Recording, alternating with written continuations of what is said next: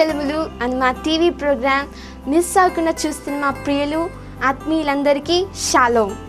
దేశ విదేశాలలో దేవుని చేత బహుబలంగా వాడబడుచున్న దైవజనులు, దేవుని దాసులు పాస్టర్ రాజేంద్ర కుమార్ గారు దైవ సందేశాన్ని అందించెదరు. దేవునికి స్తోత్రాలు. చాలా సంతోషం. టీవీ కార్యక్రమాల ద్వారా మీరు మీ కుటుంబాలు ఎంతగానో బలపడుతున్నాయని నేను నమ్ముతున్నాను. ఈరోజు దేవుని వాక్యంలో నుండి ఫిలిప్పీలకు రాసినటువంటి పత్రిక 3:18 మనం చదువుకుందాం. అనేకులు క్రీస్తు శిలువకు శత్రువులుగా నడుచుకొంచున్నారు. వీరిని గురించి మీతో అనేక పర్యాయాలు చెప్పి ఇప్పుడు నువ్వు ఏడ్చుచు చెప్పుచున్నాను. నాశనమే వారి అంతం, వారి కడిపే వారి దేవుడు. వారు తమ సిగ్గుపడవలసిన సంగతులు యందు అతిశయపడుచున్నారు. భూ సంబంధమైన వాటి యందే మనసు ఉంచుచున్నారు. మన పౌరు స్థితి పరలోకమందున్నది. అక్కడి నుండి ప్రభు అయిన యేసుక్రీస్తు అనే రక్షకు నిమిత్తము కనిపెట్టుకొని ఉన్నాము. ఈరోజు దేవుని వాక్యంలో నుండి అనేకులము క్రీస్తు శిలువకు శత్రువులుగా నడుచుకొంచున్నారట. వీరిని గురించి మీతో అనేక పర్యాయాలు చెప్పి ఇప్పుడు నువ్వు ఏడ్చుచు చెప్తున్నాను అంటాడు పౌలు. కనుక ఫిలిప్పీ పత్రికలో 3:18 మనం చదువుకుంటే many people are living as enemies of cross of Christ. కనుక ప్రతి ఒక్కరు కూడా గమనించవలసింది, నేను దేవుని శిలువకి శత్రువుడిగా నడుస్తున్నానా, దేవుని శిలువకి మిత్రుడిగా నడుస్తున్నానా? ఆయన శిలువ నాకు శక్తినిస్తుందా, ఆయన శిలువ నశించిపోయే వారికి వెర్రితనంగా ఉందంట. అలాగా ఈరోజు చాలామంది క్రీస్తు శిలువకి శత్రువులుగా నడుస్తున్నారు. ఎంత బాధాకరమైన విషయం. ఈరోజు ఎవరు క్రీస్తు శిలువకి శత్రువులు? ఇలా క్రీస్తు శిలువకి శత్రువులుగా నడిస్తే ఏంటి పరిస్థితి? బైబిల్ చెప్తుంది, క్రీస్తు శిలువకి శత్రువులుగా నడిస్తే వారి డెస్టినేషన్ ఏంటంటే నాశనమే వారి అంతం. ఎవరైనా క్రీస్తు శిలువకి శత్రువులుగా నడిస్తే, ఇవాళ మీరు వాక్యాన్ని వింటున్నటువంటి మీరు దయచేసి నేను క్రీస్తుకి మిత్రుడిగా ఉన్నానా, ఆయనకి శత్రువుగా ఉన్నానా? ఆయన శిలువకి మిత్రుడిగా ఉన్నానా, ఆయనకి శిలువకి శత్రువుగా నడుస్తూ ఉన్నానా? మిమ్మల్ని మీరు పరీక్ష చేసుకోండి. ఇక్కడ అబద్ధ బోధకుల గురించి కూడా రాయబడిన ఆ మాట మనం చదువుకుంటూ ఉన్నాం. కేవలం క్రిస్టియన్స్ మాత్రమే కాదు, విశ్వాసులు మాత్రమే కాదు, కారణాలు మైన్ ఉన్నటువంటి శారీర సంబంధమైనటువంటి క్రైస్తవుల జీవితం గురించి మాత్రమే రాయబట్టలేదు. దేవుని వాక్యాన్ని ఉన్నది ఉన్నట్లు చెప్పక తప్పుగా కలిపి చేర్పే బోధకులు చాలామంది ఉన్నారు. వారి గురించి కూడా మీరు చాలా జాగ్రత్తగా ఉండండి అని దేవుని వాక్యంలో నుంచి పౌలు గారు మనకి హెచ్చరిక చేస్తూ ఉన్నారు. ఇంతకీ క్రీస్తు శిలువకి శత్రువులు ఎవరు? ఇక్కడ మనం చదివితే వారి కడుపే వారి దేవుడు. మొదటిది, కడుపే దేవుడిగా కలిగి ఉన్నటువంటి వారు క్రీస్తు శిలువకి శత్రువులు. 2, వారు తమ సిగ్గుపడవలసిన సంగతులు యందు అతిశయపడుచున్నారు. అంటే సిగ్గుపడాలా అలాంటి సంగతుల గురించి, కానీ వాళ్ళు సిగ్గుపడవలసిన సంగతుల గురించి వారు అతిశయించేవారే క్రీస్తు శిలువకి శత్రువులు. 3, భూ సంబంధమైన వాటి మీదే మనసు ఉంచుచున్నారు. కనుక క్రీస్తు శిలువకి శత్రువులు భూ సంబంధమైన వాటి మీద మనస్సు పెట్టుకునేవారు, మైండ్ పెట్టుకునేవారు. వీరు క్రీస్తు శిలువకి శత్రువులు. వీళ్ళ గురించి పౌలు గారు ఎంతో ఏడుస్తూ చెప్తున్నారు. ఎందుకనంటే వీళ్ళ గురించి కన్నీళ్లు కార్చడానికి గల కారణం, వీరు రేపొద్దున ఇలాగే బ్రతికితే, క్రీస్తు శిలువకి శత్రువులుగా బ్రతికితే నాశనం తథ్యం, నాశనం తప్పనిసరి. నాశనం అనగా నరకం తప్పనిసరి. కనుక నాశనమే వారి అంతం. వారి డెస్టినీ విల్ బి హెల్. వారు రేపొద్దున నిత్య నరకాగ్ని గుండానికి వెళ్ళిపోతున్నారు. ఎందుకనంటే వారి కడిపే వారి దేవుడిగా పూజిస్తున్నారు. కనుక ఇవాళ మీ జీవితంలో కూడా మీ కడుపే మీ దేవుడా, కడుపే మీ దేవుడు అనగా అర్థం మన యొక్క ఉద్యోగమే మన దేవుడు. కొంతమందికి వాళ్ళు చదివే వాళ్ళ దేవుడు, కొంతమందికి వాళ్ళ బాస్ గారే వాళ్ళ దేవుడు, కొంతమంది వారి బంధువులే వాళ్ళ దేవుడు, వాళ్ళ డబ్బులు వారి దేవుడు. కడుపే దేవుడు అంటే అర్థం అది. ఇవాళ బైబిల్ గ్రంథం చెప్తూ ఉన్నది, ఇవాళ మనం క్రీస్తుకి దాసులుగా ఉండాలా, లేక కడుపుకి దాసులుగా ఉండాలా? ఇవాళ మీరు ఎవరికి దాసులుగా ఉన్నారు? ఎవరికి పనివారిగా ఉన్నారు? మీ కడుపు కోసం పనిచేస్తున్నారా? బైబిల్ చెప్తుంది, ఇవాళ క్రీస్తుకి దాసులైనటువంటి వారిగా మనం జీవిస్తే దేవుడికి మనం ఇష్టంగా బ్రతకగలుగుతాం. దేవుడికి ఇష్టమైన వాళ్ళు ఆయనకి దాసులు అగా తగ్గించుకున్నటువంటి వారు అంటే ఇష్టం. కానీ ఇవాళ మనం కడుపుకే దాసులుగా ఉన్నామేమో. Are you serving God? Are you serving Jesus? Are you serving your belly? మీ కడుపుకి మీరు దాసులుగా ఉన్నారా? ఒకసారి మిమ్మల్ని పరీక్ష చేసుకోండి. దేవుణ్ణి ప్రేమించండి, దేవునికి దాసులుగా ఉండండి. రోమిలికి రాసినటువంటి పత్రిక 16 17 వచనం నుంచి చదువుకుంటే, సహోదరులారా, మీరు నేర్చుకున్న బోధకి వ్యతిరేకంగా భేదములు ఆటంకాలు కలుగజే వారిని కనిపెట్టుకొని ఉండని మిమ్మల్ని బతిమాలు కొంచున్నాను, వారిలో నుండి తొలగిపోవుడి. అట్టివారు తమ ప్రభు అయిన క్రీస్తుకు కాక తమ కడుపుకే దాసులు. వారు ఇంపైన మాటల వలన, ఇచ్చకపు మాటల వలన నిష్కపటుల మనసులను మోసపుచ్చుదురు. ఈరోజు కడుపుకే దాసులుగా ఉన్నటువంటి వారు క్రైస్తవులైనా విశ్వాసులైనా వారు బోధకులైనప్పటికీ ఇవాళ కడుపుకే దాసులుగా ఉంటే నాశనమే వారి అంతము. అంటే దాని అర్థం, మీరు దేవుని నమ్ముకున్నటువంటి బిడ్డలై ఉండి కూడా మీరు మీ కడుపుకే పని చేస్తున్నారు, దేవునికి పని చేయట్లేదంటే నాశనం తప్పనిసరి, నరకం తప్పనిసరి. అలాగే మీరు పాస్టర్ గారులై ఉండి కూడా, దైవ సేవకులుగా ఉండి కూడా మీరు మీ కడుపుకే పని చేస్తూ కడుపు కోసమే సేవ చేస్తే దేవుడు తప్పక శిక్షిస్తాడు, తప్పక వారికి నరకం తప్పదు. ఎందుకంటే బైబిల్ చెప్తుంది, అట్టి బోధకు కూడా మీరు దూరంగా ఉండండి. మీరు నేర్చుకున్న బోధకి వ్యతిరేకంగా భేదాలు కానీ ఆటంకాలు కానీ కలుగు చేయవాన్ని కనిపెట్టి ఉండండి. ఇవాళ వాక్యాన్ని కలిపి చేర్పే బోధకులు చాలామంది తయారయ్యారు. కనుకనే బ్రతిమలాడుతున్నాడు వారి నుండి తొలగిపోమని. ఎందుకనంటే చాలామంది వారిలో వారు ప్రభు అయిన క్రీస్తుకు కాక, 18వ వచనంలో క్రీస్తుకు కాక మరి తమ కడుపుకే దాసులట. వారు తమ కడుపుకే దాసులని వారు ఇంపైన మాటలు మాట్లాడతారు, ఇచ్చకపు మాటలు మాట్లాడతారు, ఇష్టమైన మాటలు మాట్లాడతారు. మీకు కనుక నిష్కపటమైన మనస్సు కలిగిన వారు నిష్కపటులు, పాపాన్ని విడిచిపెట్టి పరిశుద్ధులుగా చేయబడినటువంటి నిష్కపటులుగా చేయబడిన వారి మైండ్స్ కూడా వారు చెరిపేస్తారంట. కనుక చాలా జాగ్రత్తగా ఉండాలి మీరు.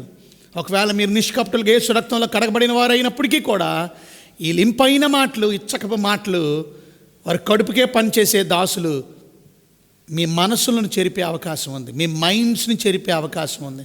కనుక కడుపుకే దాసులు అనేటువంటి వారు దేవునికి శత్రువులు. వారు సేవకులైనప్పటికీ, వారు విశ్వాసులైనప్పటికీ. ఈరోజు సేవకులు కూడా చాలామంది కడుపుకే దాసులుగా ఉంటూ ఉన్నారు, కడుపు కోసం పనిచేస్తూ ఉన్నారు. దేవుని వాక్యాన్ని చక్కగా ప్రజలకి అందించవలసినటువంటి దైవ సేవకులు వారి కడుపు కోసం, వారి స్వార్థం కోసం వాక్యాన్ని కలిపి చెరిపే బోధలు కూడా చేసేవారుగా ఉంటూ ఉన్నారు. బైబిల్ గ్రంథంలో నుండి యెషయా గ్రంథం 56వ అధ్యాయంలో మనం 11వ వచనం నుంచి చదివితే అక్కడ ప్రాముఖ్యమైన విషయం కనబడుతుంది. కుక్కలట తిండికి ఆతృత పడతాయంట, ఎంత తినినా వారికి తృప్తి లేదట. అక్కడ రాసింది, ఈ కాపర్లు అట్టివారే, ఈ కాపర్లు అట్టివారు. పాస్టర్ గారులు అంటున్నారు, ఈ కాపర్లు ఎవరు? తిండికి ఆతృత పడినట్టు, డబ్బులకు ఆతృత పడినట్టు, ఆస్తిని సంపాదించుకోవడానికి ఆతృత పడినట్టు. ఎంత విచారకరం! అట్టివారే వారు దేనిని వివేచింపజాలరు. ఎంత బాధాకరమైన విషయం! వారు దేనిని వివేచింపజాలరంట. వారందరూ తమకిష్టమైన మార్గములో పోవుదురు, ఒకడు తప్పకుండా అందరూ స్వప్రయోజనమే విచారించుకొందురు. ఒకడు తప్పకుండా అందరూ కూడా స్వప్రయోజనం, సొంత ప్రయోజనం. ఇక పై వచనం చదివితే 10వ వచనంలో వారి కాపర్లు గుడ్డివారు, వారందరికీ తెలివి లేనివారు, వారు అందరూ మోగకొక్కలు, మొరగలేరు, కలవరించుచు పండుకొని వారు నిద్రాసక్తులు. ఈరోజు దేవుని వాక్యాన్ని వింటున్నటువంటి మీరు దేవుని వాక్యాన్ని జాగ్రత్తగా గమనించండి. క్రీస్తు శిలువకి మనం శత్రువులుగా నడుస్తున్నామేమో, మన కడుపు కోసమే మనం పనిచేస్తున్నామేమో. పాస్టర్ గారులైనప్పటికీ, విశ్వాసులైనప్పటికీ, దేవుని నమ్ముకున్నటువంటి సేవ చేసే సువార్థికులైనప్పటికీ, ఎవరైనప్పటికీ ప్రభు కొరకు మనం పని చేయాలి. మనల్ని పోషించేవాడు ఆయన, మనకి సంరక్షించేవాడు ఆయన, మనల్ని ఆదుకునేవాడు ఆయన, మనకి కావలసిన అవసరతలన్నీ తీర్చగలిగిన వాడు ఆయన. ఆయన మీద ఆధారపడితే నీ జీవితం ఆశీర్వదించబడుతుంది. కానీ నీ కోసమే, నీ స్వప్రయోజనం కోసమే నువ్వు ఆలోచించుకొని నీకు ఇష్టమైన మార్గానికి వెళ్ళిపోతున్నావేమో. అక్కడ రాస్తుంది 11వ వచనంలో, తిండికి కుక్కలు ఆతృత పడినట్టంట, ఎంత తినినా వాటికి తృప్తి లేదట. ఈ కాపర్లు అట్టివారే, వారు దేనిని వివేచింపజాలరు. వారు ఏం చేస్తారు? వారందరూ తమకి ఇష్టమైన మార్గములో పోవుదురు. ఇవాళ దేవుని వాక్యానికి వ్యతిరేకంగా మనం వెళ్ళకూడదు, మనకిష్టమైన మార్గాన్ని ప్రజలకి బోధించకూడదు. ఈరోజు మరి ఈ వాక్యాన్ని వింటున్నటువంటి మీరు కుక్కలు తిండికి ఆతృత పడుతున్నట్టు మనం చూస్తూ ఉన్నాం. ఇవాళ మన జీవితంలో ప్రభు మీద ఆధారపడే వారంగా జీవించాలి, కానీ మనం కేవలం డబ్బు కోసమో కూడి కోసమో మనం పని చేయకూడదు. చాలామంది కోటి విద్యలు కూటి కోసమే అని అంటారు. కానీ ఈరోజు మనం నేర్చుకోవాల్సింది, ప్రభువుని సేవించే మనం, ప్రభువుని ఆరాధించడానికి వచ్చే మనం ప్రభు కొరకు బ్రతకాలి కానీ డబ్బు కోసమే బ్రతకూడదు, భోజనం కోసమే బ్రతకూడదు. బ్రతుకుతున్నాం కాబట్టి భోజనం చేస్తాం, కానీ భోజనం కోసమే బ్రతకకండి దయచేసి. ఇవాళ క్రీస్తు శిలువకి శత్రువులు ఎవరు అనే సత్యాన్ని మనం గుర్తు చేసుకుంటున్నాం. క్రీస్తు శిలువకి శత్రువులు మనం చూసినట్లయితే ఎవరు? క్రీస్తు శిలువకి శత్రువులు కడుపే వారి దేవుడు. ఇంకా మనం చూసినట్లయితే వారు సిగ్గుపడవలసిన సంగతుల యందు అతిశయపడివారు. అంటే సిగ్గుపడాలి అలాంటి విషయాల గురించి అతిశయించడం. అని కొంతమంది వారు క్రీస్తు శిలువకి శత్రువులు ఎవరంటే సిగ్గుపడాలా కానీ అతిశయిస్తున్నారు. ఏ విషయాలు యందు అతిశయిస్తున్నారు? సిగ్గుపడవలసిన సంగతులు యందు అతిశయిస్తున్నారు. ఎంత విచారకరమైన సంగతి. బైబిల్ గ్రంథంలో మనం ఒకసారి చదివితే 2 కొరింథీయులకు రాసినటువంటి పత్రికలో 11వ అధ్యాయము 12వ వచనాన్ని మనం చూసినట్లయితే 2 కొరింథీయులు 11:12 అతిశయ కారణం వెతుకువారు ఏ విషయంలో అతిశయించుచున్నారో ఆ విషయంలో వారు మా వలనే ఉన్నారని కనబడు నిమిత్తము వారికి కారణము దొరకకుండా కొట్టివేయుటకు నేను అంటాడు. 13వ వచనం ఏలయనగా అట్టివారు క్రీస్తు యొక్క అపోస్తుల వేషం ధరించుకున్నవారై దొంగ అపోస్తులను మోసగాండ్రులైన పనివారై ఉన్నారు. ఇది ఆశ్చర్యం కాదు. సాతాను తానే వెలుగుదూత వేషం ధరించుకొంచున్నాడు కనుక వాని పరిచారకులు నీతి పరిచారకుల వేషం ధరించుకున్నట గొప్ప సంగతి కాదు. వాని క్రియలు చొప్పున వానికి అంతం కలుగును. ఈరోజు మనం నేర్చుకోవాల్సిన ప్రాముఖ్యమైన విషయం, వేషం వేసే భక్తి చేయకండి. విశ్వాసులు కానీ పాస్టర్లు కానీ ఎవరైనప్పటికీ మనం వేషం వేసుకుంటూ నేను చాలా భక్తిపరుడిని భక్తిపరురాల్ని, నేను చాలా పెద్ద సువార్థికుడిని సువార్థికురాల్ని మనం కాదు చెప్పుకోవాల్సింది. మన క్రియలను బట్టి ప్రజలు చెప్తారు మనం నిజంగా సువార్థికులమో కాదో, మన నిజంగా విశ్వాసమో కాదో నీ క్రియలను బట్టి చెప్తారు. కానీ నువ్వు దేని బట్టి అతిశయిస్తున్నావు, నువ్వు దేని బట్టి గర్విస్తున్నావు. ఇవాళ చాలామంది సిగ్గుపడాలా అలాంటి విషయాలు యందు అతిశయిస్తూ ఉన్నారు. బాధాకరమైన విషయం, దేని బట్టి అతిశయిస్తున్నాం మనం. ఇలా చిన్న చిన్న విషయాలు యందు అతిశయిస్తూ ఉన్నాం. దేవుడు నా కొరకు ఈ లోకానికి వచ్చారు, యేసు క్రీస్తు ప్రభువారు నా కోసం ఈ లోకానికి వచ్చాని పేరు, అందును బట్టి అతిశయించాలా. ఆయన శిలువ మీద నా కొరకు మరణించారు, ఆయన శిలువను బట్టి మనం అతిశయించాలా. గలతీయులకు రాసిన పత్రికలో మనం చదివితే 6వ అధ్యాయం 12వ వచనం, గలతీయులకు రాసినటువంటి పత్రిక 6వ అధ్యాయంలో 12వ వచనాన్ని మనం చదువుకున్నట్లయితే శరీర విషయమందు చక్కగా అగపడుగోరు వారెవరో వారు తాము క్రీస్తు యొక్క శిలువ విషయమై హింస పొందకుండానట్లు మాత్రమే సున్నతి పొందవలనని మిమ్మల్ని బలవంతం చేయుచున్నారు. అయితే వారు సున్నతి పొందిన వారైనను ధర్మశాస్త్రము ఆచరింపరు, తాము ఏ శరీర విషయమందు అతిశయించు నిమిత్తము మీరు సున్నతి పొందవలనని కోరుచున్నారు. ఎంత బాధాకరమైన విషయం. కనుక వారు సున్నతి పొంది ఇతరులను సున్నతి పొందవాలని వారు ప్రేరేపిస్తూ ఉన్నట్టు మనం చూస్తూ ఉన్నాం. ధర్మశాస్త్ర ఉపదేశకులైనటువంటి వారు యూదుల్లో నుండి వచ్చి వీరు కొంచెం గలిబిల్ని సృష్టిస్తున్నట్టు మనం చూస్తూ ఉన్నాం. ఇవాళ మనం నేర్చుకోవాల్సింది కింద వచనంలో 14లో మనం చదివితే పౌలు దేని బట్టి అతిశయిస్తున్నాడంటే మన ప్రభు అయిన యేసు క్రీస్తు యొక్క శిలువ యందు తప్ప మరి దేని యందును అతిశయించుట నాకు దూరమవును గాక. ఇవాళ ఆయనను బట్టి అతిశయించేవారు ఎంతమంది, లేక నేను సున్నతి చేయించుకున్నాను మీరు ఇంకా చేయించుకోలేదు మీకంటే నేను గొప్పవాడిని అన్నట్టు ఇవాళ మనం దేని బట్టి అతిశయిస్తున్నాం? సిగ్గుపడవలసిన విషయాలు ఏందో అతిశయిస్తున్నాం. నేను 40 రోజులు ఉపవాసం ఉన్నాను, 40 రోజులు నేను ప్రార్థన చేయడం వల్ల ఇవాళ ఈ శక్తులన్నీ నేను పొందుకున్నాను అనేటువంటి మన యొక్క స్వనీతిని బట్టి అతిశయించడం ఎంత బాధాకరమైన విషయం. ఇవాళ నిన్ను బట్టి నువ్వు అతిశయించొద్దు, దేవుణ్ణి బట్టి అతిశయించు, ఆయన చేసిన గొప్ప కార్యాలు బట్టి అతిశయించు. ఇవాళ ఒకవేళ నువ్వు సిగ్గుపడవలసిన విషయాల యందు కూడా అతిశయిస్తే నాశనమే నీ అంతం.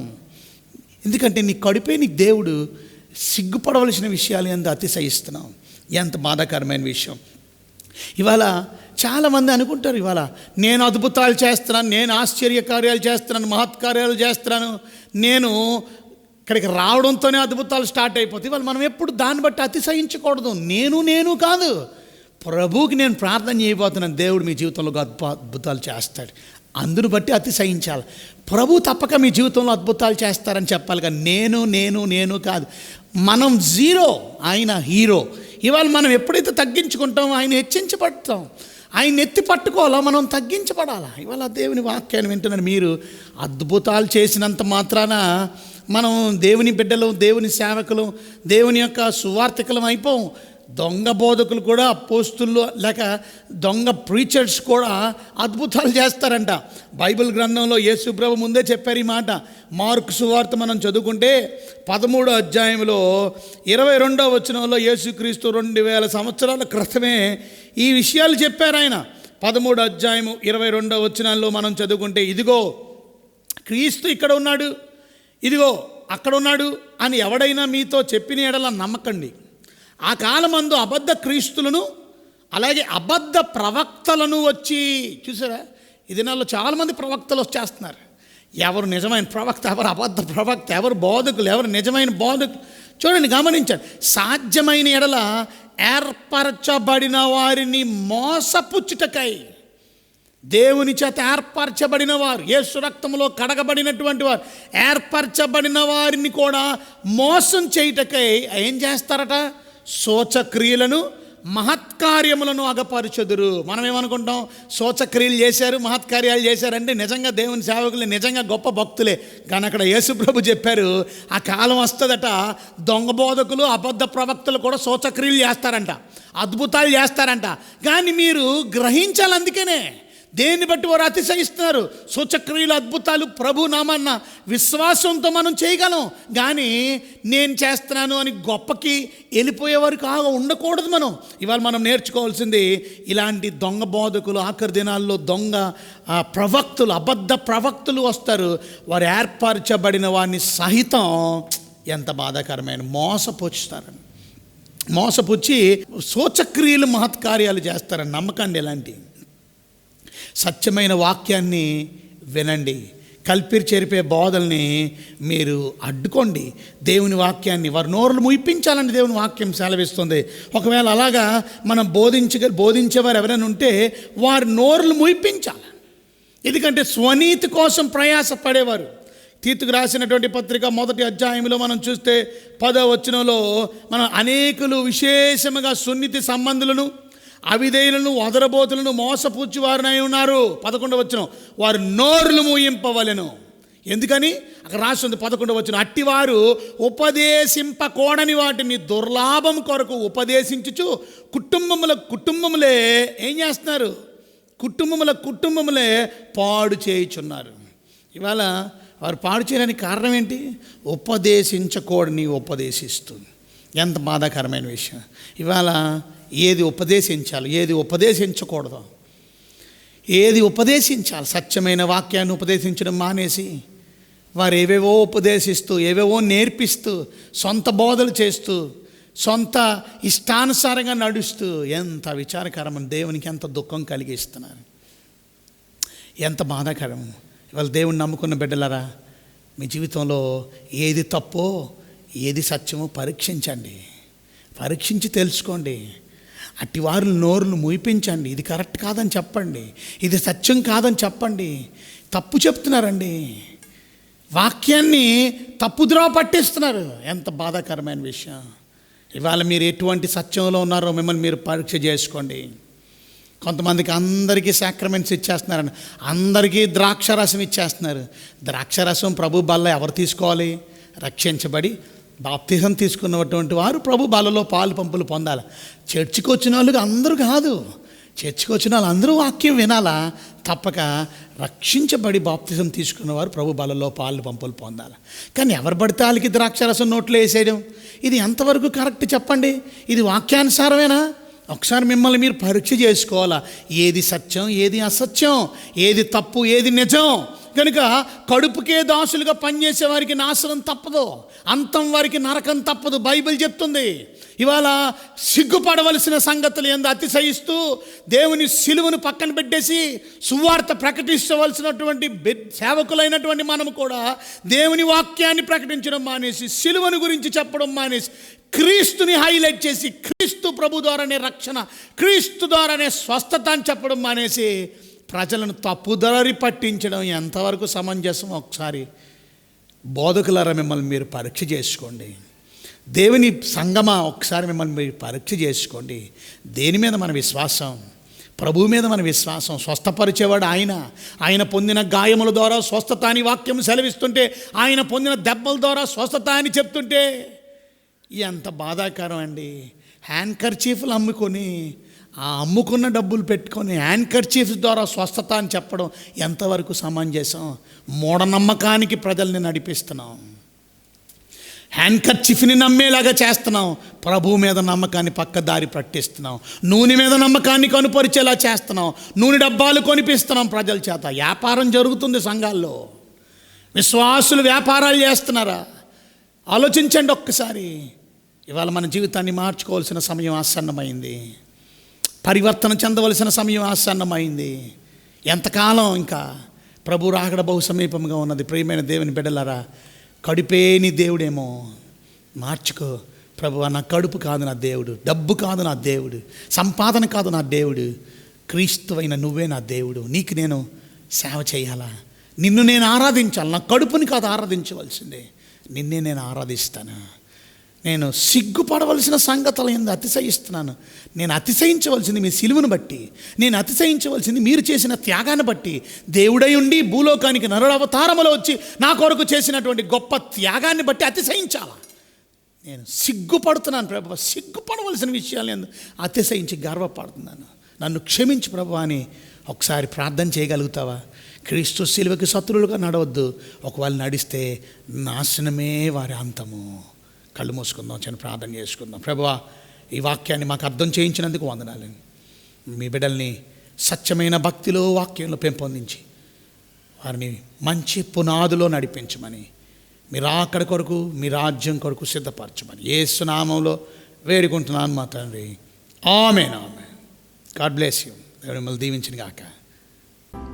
మీరెవరైనా ఫోన్ చేయాలనుకుంటే తప్పక ఫోన్ నెంబర్కి ఫోన్ చేయండి. మీకు నేను అందుబాటులో ఉంటాను. మీ ప్రార్థన అవసరతలు, బైబిల్లో ఉన్న అనేకమైన విషయాలు మీరు తెలుసుకోవాలనుకున్నా తప్పక ఫోన్ చేయండి. If you want to join with us to worship the Lord, we welcome you. మాతో కలిసి మీరు కూడా దేవుణ్ణి ఆరాధించాలని తలంచినట్లయితే తప్పక రండి. విజయవాడలో మా మొదటి సర్వీసు పైపుల్ రోడ్ నందు 8 గంటలకి ప్రారంభించబడుతుంది. మా రెండో సర్వీస్ 10:30కి ప్రారంభించబడుతుంది. మీకు ఏది అందుబాటులో ఉన్నా తప్పక రండి. మనం కలిసి దేవుణ్ణి ఆరాధిద్దాం. ఈ టీవీ ప్రోగ్రాంలు తప్పక చూస్తున్న మీరు, మేము కూడా మా వంతు తప్పక ఈ ప్రోగ్రాంలు సపోర్ట్ చేయాలి అనుకుంటే తప్పక మీ సపోర్ట్ మాకు అవసరం. మీ ప్రేయర్ సపోర్ట్ కూడా తప్పక మాకు అవసరం. కనీసం 1 నిమిషం ప్రతిరోజు ఒక కమిట్మెంట్తో ఈ టీవీ కార్యక్రమాలు అనేకులకి ఆశీర్వాదకరంగా ఉండాలని తప్పక రోజుకి 1 నిమిషమైనా మీరు ప్రార్థన చేయాలని మనవి చేస్తున్నాను. ఆ విధంగానే ఆర్థికంగా కూడా ఈ సేవని మీరు ప్రోత్సహించాలని తలంచిన వారు తప్పక మాకు ఫోన్ చేయండి. మీకు మిగతా వివరాలు మేము తెలియపరుస్తాం. ఎస్ఎస్సి మినిస్ట్రీస్ వారు నిర్వర్తిస్తున్నటువంటి ఎస్ఎస్సి ఆర్ఫన్ హోమ్ గురించి ప్రార్థన చేయండి. మా ఆర్ఫన్ హోమ్లో అనేక మంది దిక్కులేని పిల్లలకి మేము వసతిని కల్పించి, వారికి మంచి గృహాన్ని కట్టి, వారి కొరకు మంచి బంక్ బెడ్స్ని మేము ఏర్పాటు చేసి, బంక్ బెడ్స్లో చక్కగా వారు నిద్రిస్తూ, అంత మాత్రమే కాదు, వారు స్నానానికి మంచి బాత్రూమ్స్, అలాగే మంచి షవర్స్, అంత మాత్రమే కాదు, వారి కొరకు మంచి భోజనాన్ని ఏర్పాటు చేసి ప్రతిరోజు 3 పూట్ల భోజనం, అంత మాత్రం స్కూల్కి పంపించడం, స్కూల్ బ్యాగ్స్తో పాటు వారి ఆట కోసం ఆట స్థలాన్ని కేటాయించాం. వారి మంచి ప్లే గ్రౌండ్, చక్కగా ఆడుకోవడానికి అన్ని వసతులు ఈ దిక్కులేని పిల్లల కొరకు. ఎందుకంటే బైబిల్ చెప్తుంది, దేవుని వాక్యంలో నుంచి యాకోబు రాసినటువంటి మొదటి పత్రిక 1వ అధ్యాయం 27వ వచనం మనం చదువుతుంటే అక్కడ రాయబడి ఉంది, తండ్రి అయిన దేవుని ఎదుట పవిత్రమును నిష్కలంకమైన భక్తి ఏదనగా దిక్కులేని పిల్లలను, వెధవరాండ్లను వారి ఇబ్బందుల్లో పరామర్శించడం. కనుక ప్రియమైన దేవుని బిడ్డలారా, ఈ మంచి పనిలో మీరు కూడా మాతో కలిసి ఈ సేవలో సహకరించండి. మీరు కూడా మాతో పాటు కలిపి ఈ దిక్కులేని పిల్లలను మనం పోషిద్దాం, వారి అవసరతలు చూద్దాం, వారి కోసం మంచి ఏర్పాట్లు చేద్దాం. ఆధ్యాత్మికంగా ఎదగడానికి కూడా మనం ఎంతో సహాయపడగలుగుతాం. వారు దేవుని యొక్క వాతావరణంలో చక్కని పాటలు, భక్తి పాటలు, వాక్యాలు నేర్చుకొని, వారు చక్కని కంఠత వాక్యాలు నేర్చుకొని, దేవుని యొక్క కథలు, స్టోరీస్ నేర్చుకొని దేవుళ్ళు ఎదగడానికి సహాయపడుతూ ఉన్నారు. కనుక ఈ పనిలో మీరు కూడా మాతో కలిసి ఏకీపించండి. మీరు ఒక్క పిల్లవాడిని సపోర్ట్ చేయాలన్నా, 2 పిల్లవాళ్ళని సపోర్ట్ చేయాలన్నా మాకు ఫోన్ చేయండి. తప్పక మనం అందరం కలిసి ఈ పిల్లల కోసం మంచి భవిష్యత్తులో ఇంకా మంచి కార్యక్రమాలు మనం చేయడానికి let's all mingle together, let's join hands together to do great works for God. రేపు ప్రభు వస్తున్నప్పుడు నేను ఆకలిగా ఉన్నాను, మీరు నాకు భోజనం ఇచ్చారు. నేను దప్పిగా ఉన్నాను, మీరు నాకు దాహాన్ని ఇచ్చారు. కనుక మంచి పనులు చేసినందుకు దేవుడు మనకు తప్పక బహుమానం ఇస్తాడని నమ్మండి. కనుక మీరు కూడా నాతో కలిసి మనం అందరం కలిసి దిక్కులేని వెధవరాని పిల్లల్ని, ఈ దిక్కులేని అనాది పిల్లలను పోషిద్దాం, వారిని సంరక్షిద్దాం, ప్రభులోకి నడిపిద్దాం. God bless you.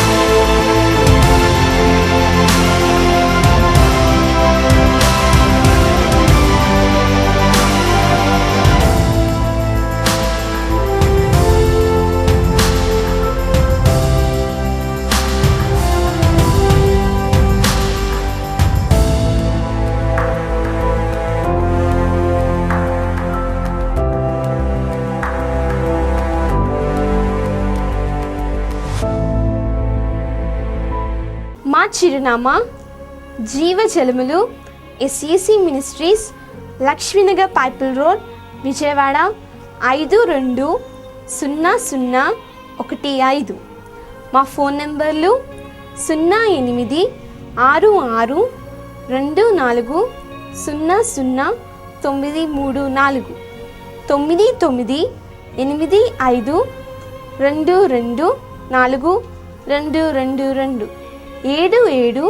7799124222.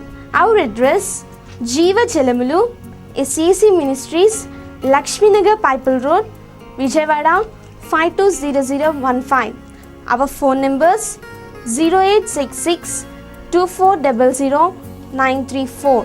Our cell numbers 9985222422, 7799124222. దేవుడు మిమ్మల్ని దీవించును గాక. God bless you.